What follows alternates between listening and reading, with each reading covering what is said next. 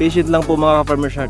Makakachamba din tayo sa presyo. Yan lang po mga ka-Farmer's Heart. Huwag paghinaan ng loob. Tanim lang ng tanim para makachamba ng presyo. Sa ngayon mga ka-Farmer's Heart, dito sa amin 70 per kilo na. Nung una 50 pa lang. Hopefully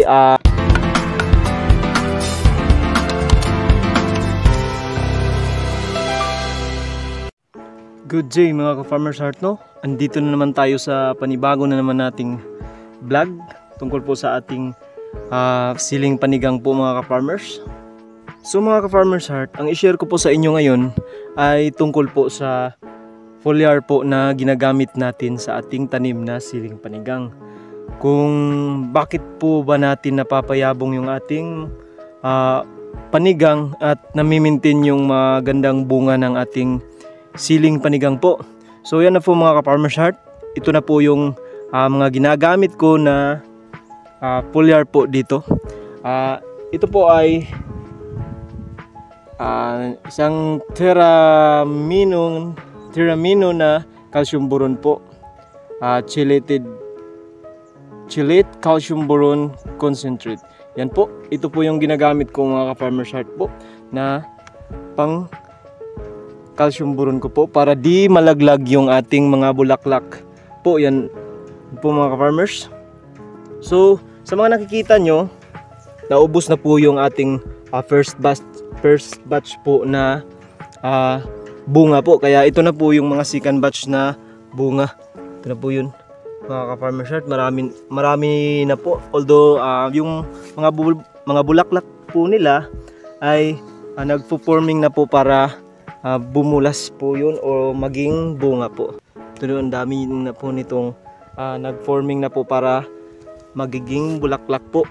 At yan po yung mga bunga for the future. So yan po mga ka-Farmer's Heart. Dalawa lang po yung ginagamit ko na foliar po sa ngayon. Ito po yung isa, Humus po YSG 56.9% po. Soil conditioner and plant growth stimulant po. Humus po mga ka-Farmer's Heart. Ito po. Ine-spray ko po sila kasabay po nitong ating calcium boron po.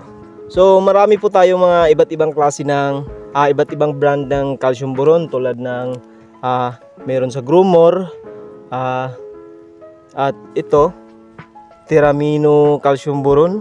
Ang gumagawa po nito ay tingnan po natin ang Unilox Forest Resources po Incorporation. Ito Unilox nga. So yan po mga ka-Farmer's Heart. Ito po yung dalawa na ginagamit po ay effective po. Bumubulas po yung tanim ko kasi nga meron ngang humus, soil conditioner at plant growth enhancer. So ito yung nag-i-spray po ako nito. Itong calcium boron na to mga ka-Farmer's Heart para po sa protection po na di malaglag po yung ating mga bulaklak at nami-maintain po yung good health po ng ating tanim po na siling panigang. Kaya nami-maintain po natin yung mga good formation na bunga at mahahaba. Yan po. May nag-aabono din po ako nito mga ka-Farmer's Heart. So nakikita nyo, ito po yung abono ko. Medyo mainit na mga ka-Farmer's Heart, no? Nilagay ko po. So sa mga nagtatanong po kung ano pong abono ko, yung fertilizer na ginagamit ko po mga ka-Farmer's Heart, ito po yun. Isang araw ko pa po ito nilagay. Anong isang araw po? So ang mix ko po nito, Yara Winner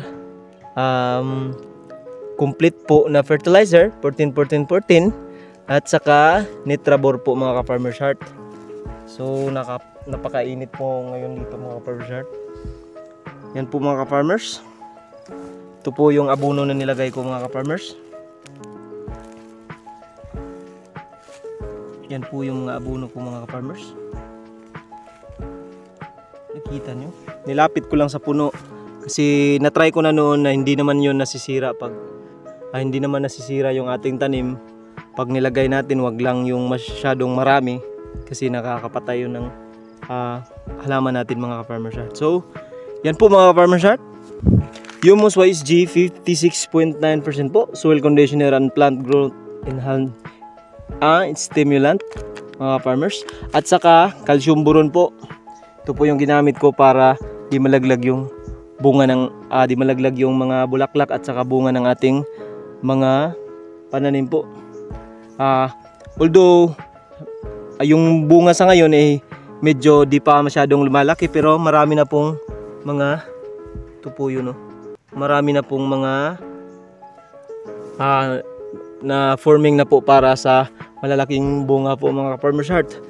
So yan lang po, maintain lang po tayo, nag-spray po tayo ng every 15 days po ng calcium boron, and every week po ako nag-spray nito ng Humus YSG po. Sinasabay ko po ito sa ibang insecticide po, katulad ng para sa kulot, para sa uod, kasi nga maraming uod na umatake dito sa ating siling panigang mga ka-farmers heart. So wala po, sinasabay ko po ito every week, yung Humus, at every 15 days po akong nag-spray ng calcium boron mga ka-farmers heart. So yan lang po sa ngayon mga ka-farmers heart, no. Ito po yung siling pansigang ko. Medyo pangalawang bulas na po ito ng bunga mga ka-farmers heart, kaya